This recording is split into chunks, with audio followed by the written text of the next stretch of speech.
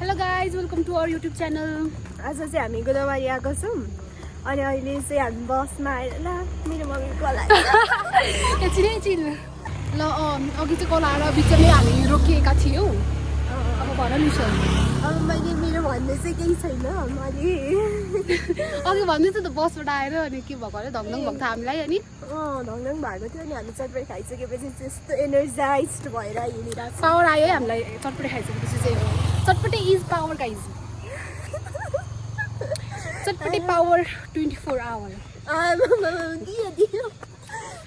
तर चटपटी बिना चाहिँ हल्का बाँच्न सकिँदैन चटपटी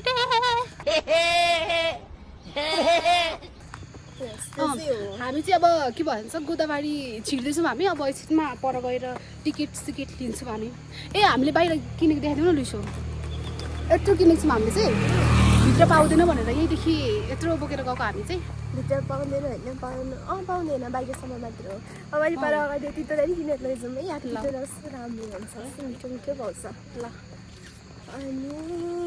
अनि त्यही हो खासमा चाहिँ हामीले जू जाने प्लान थियो अहिले बर्ड फ्लूले केले गर्दाखेरि जू बन्द छ जस्तो लाग्यो के भन्छ च्याट जिपिटीलाई सोधेको कि अनि बर्ड फ्लूले गर्दाखेरि बन्द छ भन्यो त्यही भएर हामी चाहिँ नगएको गोदावरी डेस्टिनेसन चेन्ज आजको आजै चेन्ज एकैछिनमा हिँड्ने बेलामा चेन्ज गर्ने बेलामा ल अब चाहिँ हामी भित्र छिरिसक्यौँ यहाँभित्र चाहिँ प्लास्टिक चाहिँ ल्याउन मिल्दैन रहेछ त्यही भएर हामीले चाहिँ यो झोलामा हालेको छौँ पानी चाहिँ पर्दैछ छैन अनि कति राम्रो फुल हो ड्याफोडिल भने खोइ के हो यो घन्टी फुल भन्छ नेपालीमा चाहिँ के हो यो चाहिँ गार्डनहरू है राम्रो छ कति राम्रो छ यहाँ म चाहिँ तपाईँहरूलाई पनि यहाँनिर आउन चाहिँ सजेस्ट गर्छु किनभने यसले तपाईँहरूको एयरवे स्वच्छ बनाइदिन्छ एयरवेको सँगसँगै तपाईँहरूको मन पनि स्वच्छ बनाइदिन्छ त्यसैले आउनुहोस् गोदावरी भिजिट गर्नुहोस् सूचना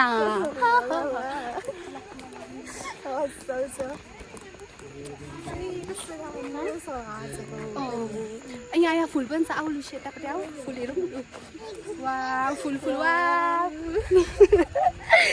वा फुल अब चाहिँ हामी यहाँ फोटो खिच्छौँ ए त्यहाँभित्र जानु पनि मिल्दो रहेछ त होइन ए त्यसो भए भित्रै गएर खिचौँ न त भित्रै गएर राम्रो भ्यू देखाइदिउँ है तर यो पनि राम्रो छ के अरे यस्तो के हजुरलाई थाहा छ पढ त लुइसा नेपालमा फुल फुल्ने र नफुल्ने गरी करिब 12,000 प्रजातिका वनस्पति पाइन्छन् गार्डन आयो हामी चाहिँ के हो यो रक गार्डन रहेछ ल हेर्नु रक गार्डन ल यहाँनिर चाहिँ उहरू सजिलो के अरे नयाँ है के त सकुलेन्ट्सहरू होला है अम्म कति ठुल्ठुलो रहेछ हौ भन्दै थियो मैले कति राम्रो छ है यतापट्टि त ऊ भन्छ होइन नेपालीमा यसलाई त के भन्छ एलोभेराको होला नि त खोइ एलोभेरा त होइन कि हो यसलाई यसको होइन बाहिरतिर त खोइ चप्पलहरू खोइ के डोरीहरू बनाउँछ नि यसको अनि यसको एउटा एकदम धेरै उपयोगी काम भनेको चाहिँ मान्छे रिस उठ्यो भने यहाँ माथि आएर ठ्याप्प राखिदिने हो कि काँडामा अलिअलि सिमसिम पानी परिरहेको छ त्यही भएर हामी छाताबाट हिँडिरहेको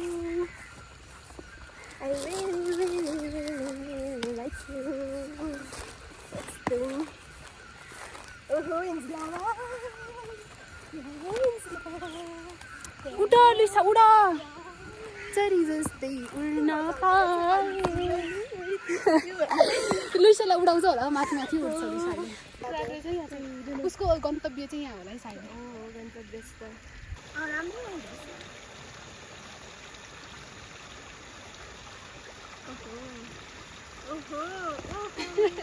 यहाँ पनि कति राम्रो रहेछ हेर त लुइसा यो पनि यहाँ उभो बिचमा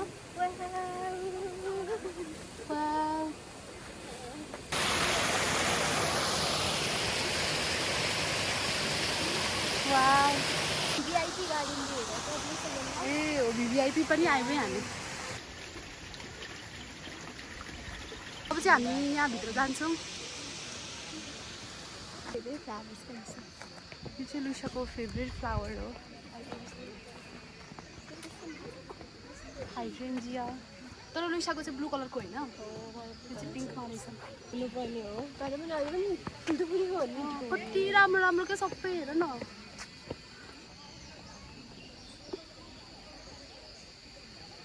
यहाँ त शब्दले बयान गर्न सकिँदैन। उहाँ माथि पनि कति राम्रो देखिरहेको छ, त्यो छिटो क्लाउड। हो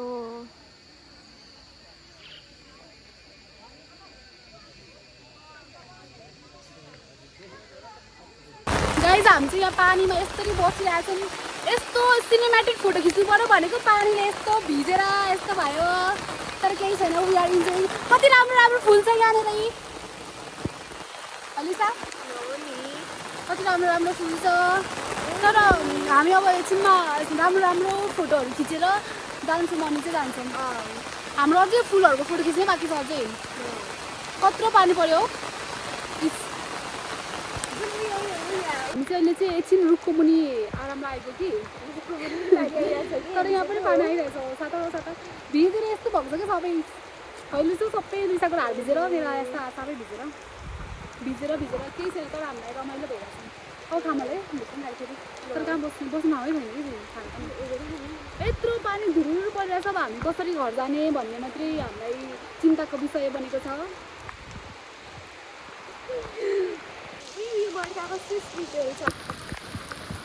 त्यो चाहिँ हामी खाना गइरहेका छौँ यस्तो पानीको उयसमा पनि। टोक्यो यहाँ रुखको फेरि बसेको त्यही पनि पानी चाहिँ आइरहेको छ कि।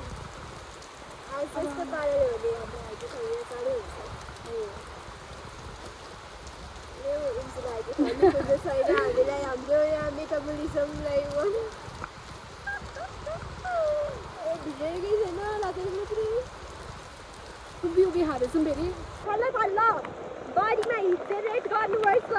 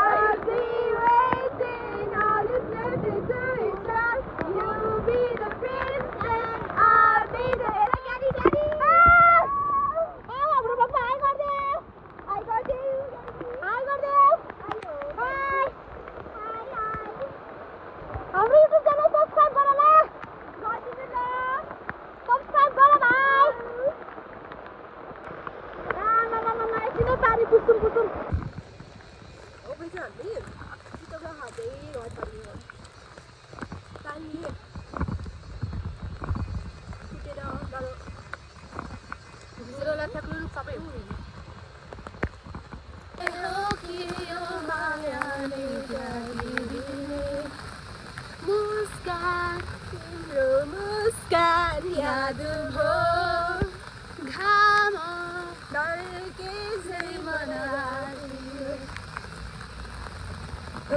तलिए बर्सियो झरी सिमसिमे पानी लाग्छ बाढी बाढी आइरहेछ। Thank you for watching. अनि you bye bye. Subscribe, like अनि सेयर गरिदिनु होला।